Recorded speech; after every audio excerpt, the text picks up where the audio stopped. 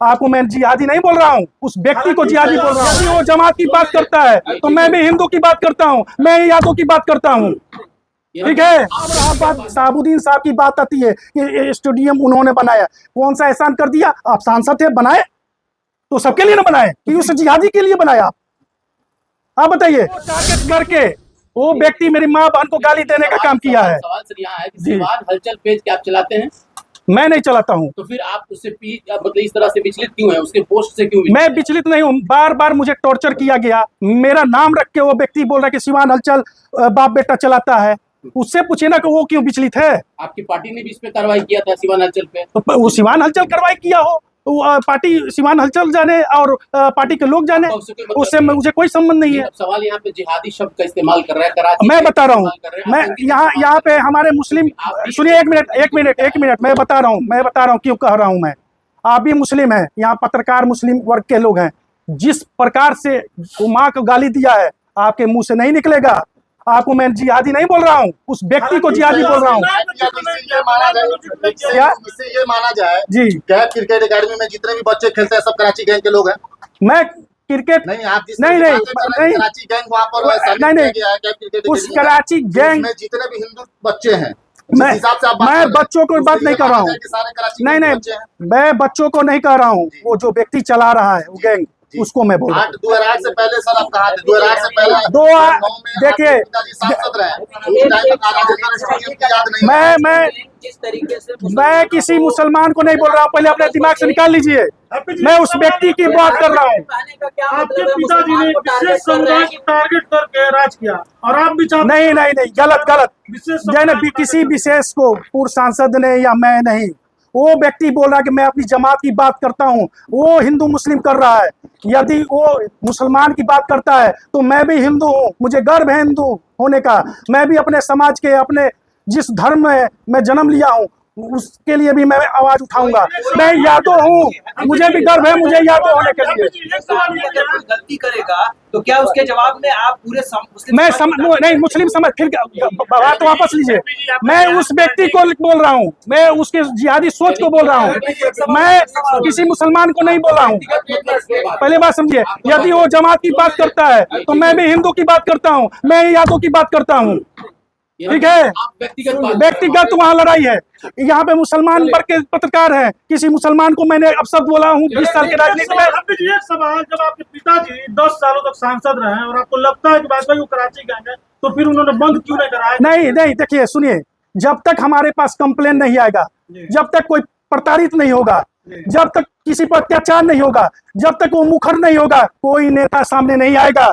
यदि आज रवि शर्मा हमारे पास बैठे हुए हैं, ये एक विषय क्रिकेट एकेडमी में बोलेंगे। एकेडमी बंद हो गया, उसको चालू कराने के लिए आपने कौन सा कदम उठाया? अरे यार, अभी तो शुरू किया हूं मैं, भ्रष्टाचार मुक्त कराने के लिए, मैं राजेंद्र स्टेडियम को आतंक मुक्त कराने के लिए। नहीं, उसका जवाब ये लोग देंगे, क्रिकेट के विषय में ये लोग जवाब देंगे। मुझे मां बहन की गाली दी गई। कितने पत्रकारों ने, नहीं, एक मिनट सर, कितने पत्रकारों ने उसके ऊपर क्वेश्चन किया? कितने संघ के लोगों ने किया, कितने बजरंग दल के लोगों ने किया? स्थिति में उस पर क्या करेंगे? देखिए, वो हमारी सरकार, सम्राट जी की सरकार, अब नीतीश कुमार जी ने स्पष्ट कर दिया है कि हर प्रखंड में स्टेडियम बनने जा रहा है। एक मिनट आपका जवाब दे रहे हैं, जिसमें दरौंदा में, धानाटी में हमारी सरकार स्टेडियम बनाई है। प्रखंड स्तर पर और पंचायत स्तर पर भी स्टेडियम बनने जा रहा है। अब रहा बात साबुद्दीन साहब की, बात आती है कि स्टेडियम उन्होंने बनाया, कौन सा एहसान कर दिया? आप सांसद थे, बनाए तो सबके लिए ना बनाए कि उस जिहादी के लिए बनाया? आप बताइए। पूर्व सांसद जी ने अगर मैडवा एम्स में, मैडवा हॉस्पिटल का स्वीकृति दिलवाया तो क्या उसमें मुसलमान नहीं जाएंगे? सबका इलाज होगा उसमें। ओवरब्रिज, सिसवन ओवरब्रिज का स्वीकृति दिलवाया, क्या उस पर मुसलमान नहीं जाएंगे? दो सवाल मेरा है जी कि आखिर ये विवाद सोशल मीडिया पे उठा क्यों? किस बात? हमारी लोकप्रियता को, हमारी जनाधार को देखते हुए हम पे आरोप लगाया जा रहा है। देखा जा रहा है कि साधु यादव पे जो बयान आया, तो आपने साधु यादव के बयान के बाद ऐसा कुछ पोस्ट उन्होंने कहा जो मैंने डाला, तो सिवान हलचल से मेरा क्या संबंध है भाई साहब? उसके बाद आप बताओ। दूसरा बात, कि आपने बात किया कि बहुत लोग स्टेडियम बनाया, बहुत लोग कुछ बनाया। आपने एक सवाल और किया कि उन्होंने कहा था कि सिवान में साधु यादव आते नहीं थे, तो आपने एक प्रूफ डाला था कि साधु यादव सिवान में आए थे। मैंने डाला, मेरे आईडी से डाला। आखिर नहीं नहीं भाई साहब, आप गलत आपने आईडी स्टेटमेंट। बोले हैं कि आपने आईडी डाला कि सिवान में आए थे। साधु यादव, ये पहले बताइए, मेरे आईडी से कोई पोस्ट नहीं डाला गया है। सिवान में आने वाला आईडी का सिवान यादव सिवान। अरे भाई साहब, आप क्या पूछ रहे हैं? आपको जानकारी है? सिवान आईडी से मेरे नहीं, सिवान हलचल की बात कीजिए आप। बताइए।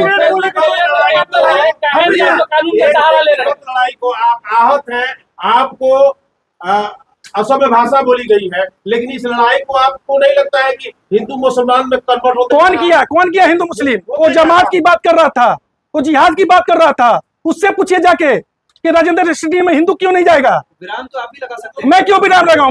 मैं जनता की आवाज हूं। मैं नेता राजनीति करने में ब्लॉक का, थाना का और एसडीओ ऑफिस, डीएम ऑफिस का दलाली करने के लिए राजनीति में नहीं आया हूं। हैप्पी जी, अच्छी पहल आपने की है, रवि शर्मा को साथ लेकर आए। क्या क्रिकेट को नई दिशा मिलेगी सिवान की? बिल्कुल भाई साहब मिलेगी, लेकिन आप मुस्लिम समाज के जो पत्रकार हैं उनसे अवगत, पहले उसके इतिहास को मैं बताना चाहता हूं। मैंने अपने पूरे फैमिली बैकग्राउंड बताया।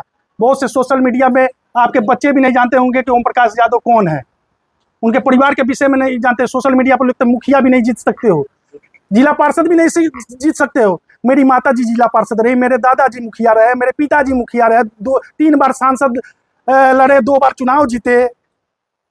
मेरे दादाजी 20 बार मुखिया रहे हैं।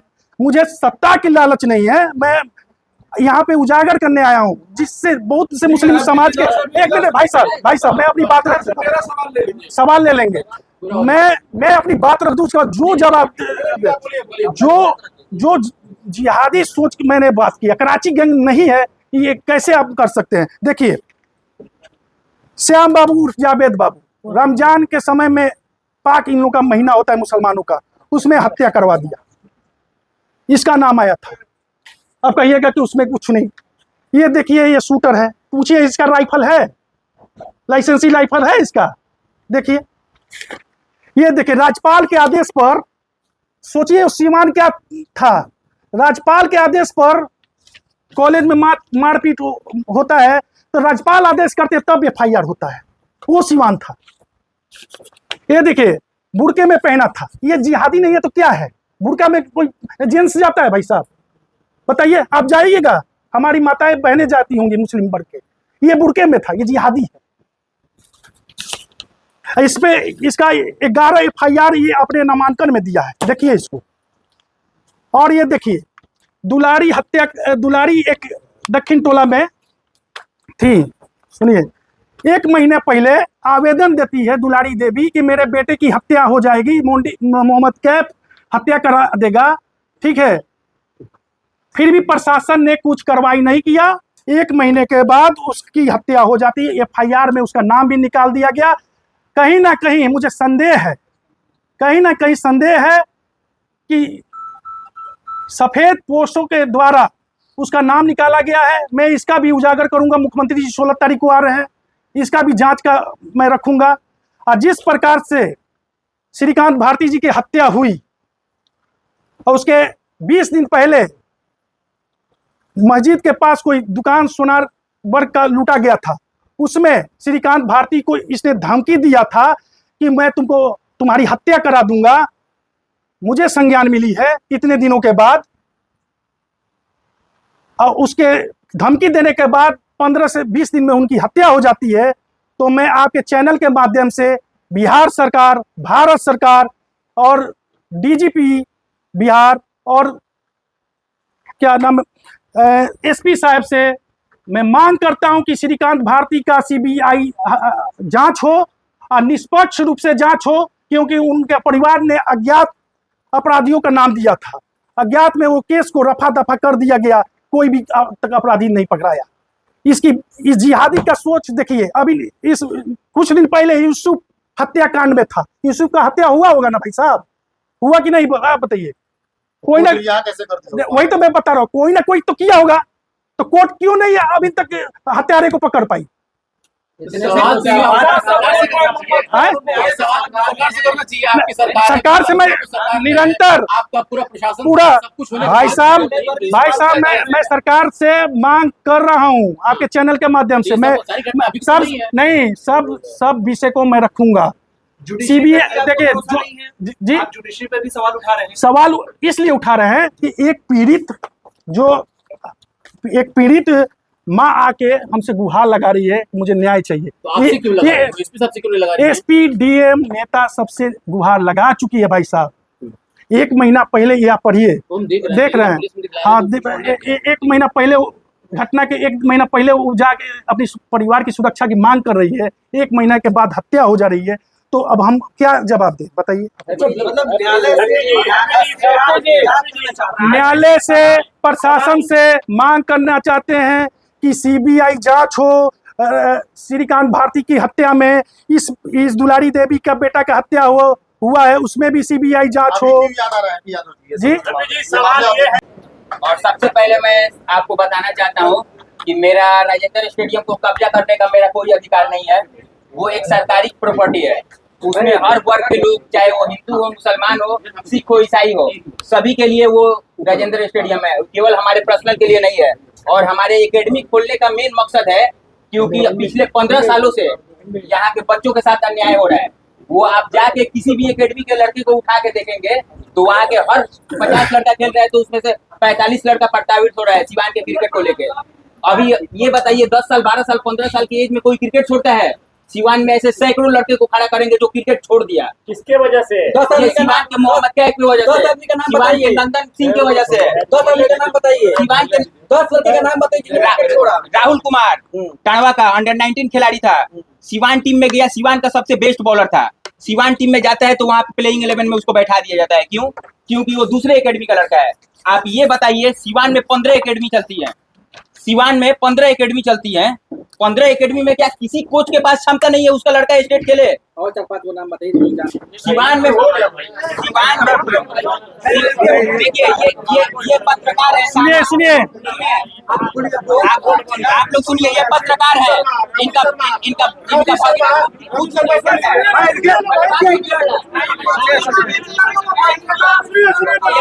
इनका भगना क्रिकेट खेलता है, इनका भगना जैद नाम है। वो पिछले 4 साल पप्पू क्रिकेट एकेडमी में खेला। वो इन लोगों से बोला क्या कि उसमें खिला रहे हो तो कभी इसका सिलेक्शन नहीं होगा, आप इसको मेरे एकेडमी में लेके आओ। वो लड़का 2 साल कैफ एकेडमी में जाके खेला। वो बोला कि तुम 150 रन मारोगे तब तुम्हारा सिलेक्शन होगा। इस साल वो लड़का 150 रन मारा, फिर भी उसका सिलेक्शन नहीं किया गया। सही बात है सर। वो सुनिए, वो मोहम्मद कैफ नहीं, बताइए भाई साहब, बताइए बताइए बताइए बताइए बताइए। हो गया इनका भगना मेरे पास आ गए। जिस दिन हम लाइव आए थे पहली बार, इनके भगना आके मेरे पास 1 घंटा रोया था। क्या इनको पता है? ये न्यूज रिपोर्टर है, वो आके मेरे साथ 1 घंटा रोया था और बोला था कि भैया अगले बार जब भी आप प्रेस कॉन्फ्रेंस करिएगा उसमें हम भी आएंगे, जबकि हम खुद कैफ एकेडमी के खिलाड़ी हैं। लेकिन अगला दिन उनको बुलाया गया उस लड़का को, तो इनके द्वारा रोक दिया गया। उधर से कार्रवाई आया कि नहीं तुमको न्यूज में ले जाना है।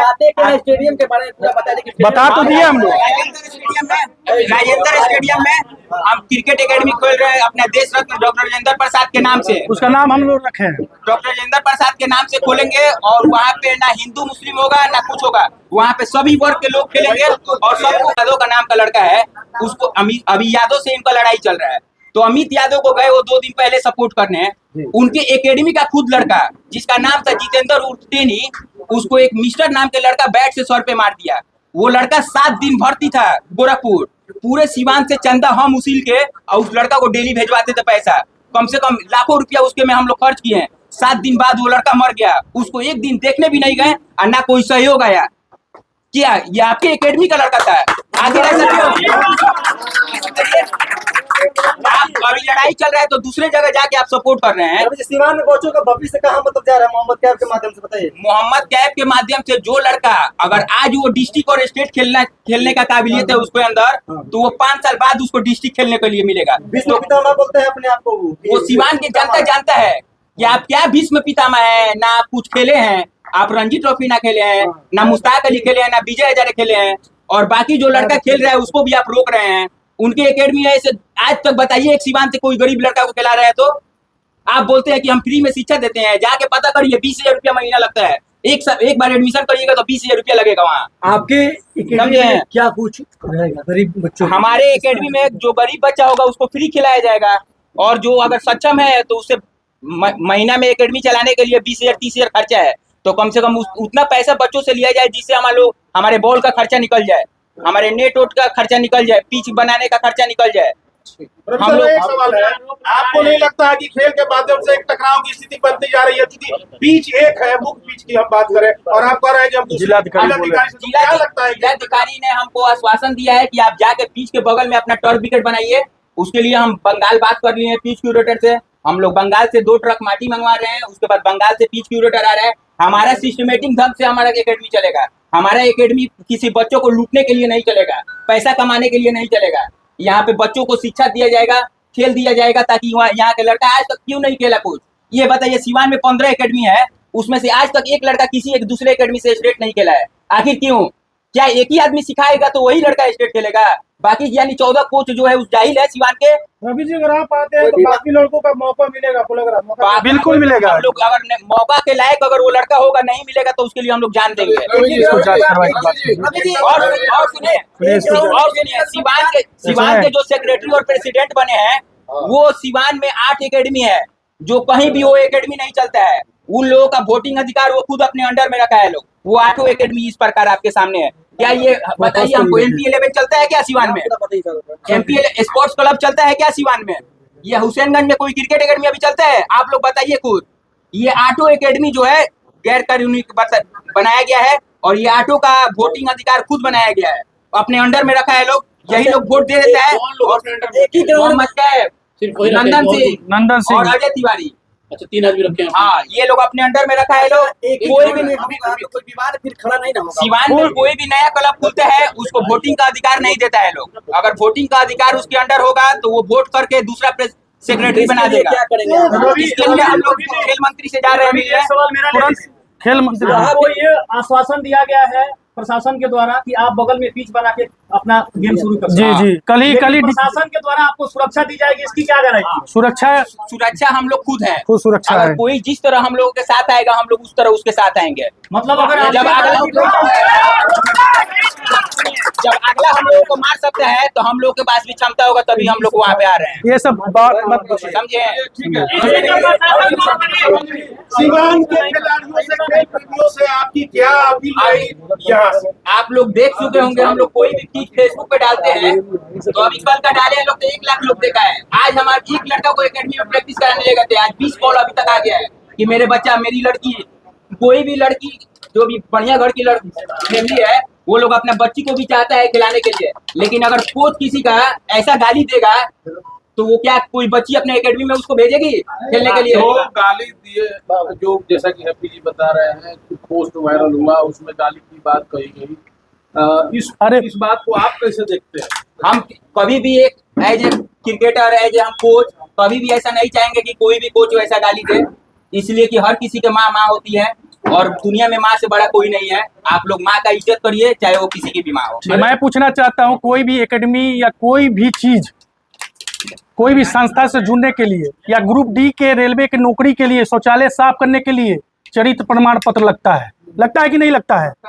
लेकिन जिस पर 11 मुकदमा हो हत्या का, उसका चरित्र प्रमाण पत्र क्यों नहीं लग रहा है? यहाँ जिलाधिकारी से हम मांग करते हैं। तो ये तो नहीं, प्रशासन का हमको साथ नहीं मिल रहा है, लेकिन अब हम उजागर किए हैं तो चरित्र प्रमाण पत्र उसका जांच होनी चाहिए, उसके बाद एकेडमी कर देना चाहिए। इतना बड़ा प्रेस कॉन्फ्रेंस हुआ, इसमें आपके बीजेपी के अध्यक्ष? अरे बीजेपी का मैटर नहीं ना है भाई, ये पर्सनल मैटर है। पूर्व सांसद के परिवार को टारगेट किया गया। हैप्पी यादव मैं उसका जवाब दे दिया। एक मिनट आने वाले समय में सुनिए, सभी मुसलमान भाइयों को दिखाएंगे कि हमारे वो कौम की आवाज करते हैं ना, और हमसे ज्यादा मुसलमान लड़का मेरे एकेडमी में, हम हिंदू है ना, और सभी